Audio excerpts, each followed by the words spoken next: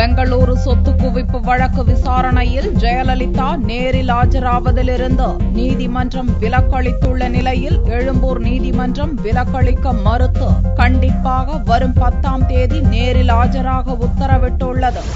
தமிழக முதல்வரும் அதிமுக பொதுச் செயலாளருமான ஜெயலலிதா மீதான சொத்து குவிப்பு வழக்கு பெங்களூரு தனி நீதிமன்றத்தில் நடந்து வருகிறது. இது தொடர்பான வழக்கு விசாரணை வியாழக்கிழமையன்று நீதிபதி மைக்கேல் டிகுஹுனா முன்னிலையில் வந்தபோது ஜெயலலிதா தரப்பு வக்கீல் மணிசங்கர் ஒரு மனு தாக்கல் செய்தார். இவ்வழக்கில் சிறு நிறுவனங்கள் இணைக்கப்பட்டிருப்பது தொடர்பாக சென்னை உயர்நீதிமன்ற நீதிபதி அருணா ஜெகதீசன் பிறப்பித்த உத்தரவை காண்பித்தார்.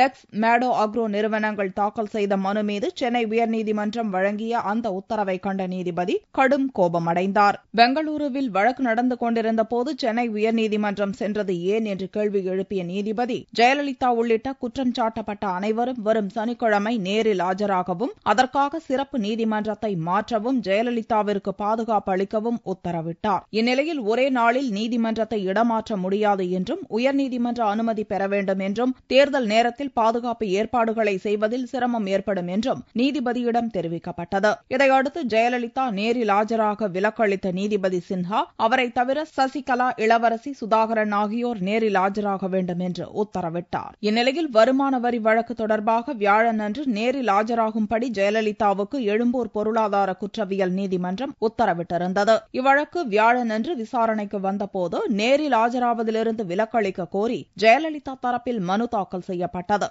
இதற்கு வருமான வரி தரப்பு வக்கீல் கடும் எதிர்ப்பு தெரிவித்தார். இருதரப்பு வாதங்களையும் கேட்ட நீதிபதி தட்சிணாமூர்த்தி ஜெயலலிதாவின் மனுவை தள்ளுபடி செய்தார். நேரில் ஆஜராவதிலிருந்து விலக்களிக்க முடியாது என்றும் இதுவரை ஒருமுறை கூட ஜெயலலிதா ஆஜராகவில்லை என்றும் சுட்டிக்காட்டிய நீதிபதி வரும் 10ஆம் தேதி கண்டிப்பாக நேரில் ஆஜராக வேண்டும் என்றும் உத்தரவிட்டுள்ளார். நேரில் ஆஜராவதிலிருந்து விலக்களிக்க கோரும் எந்தவிதமான மனுவும் இனி ஏற்கப்படாது என்றும் நீதிபதி கண்டிப்புடன் கூறியுள்ளார்.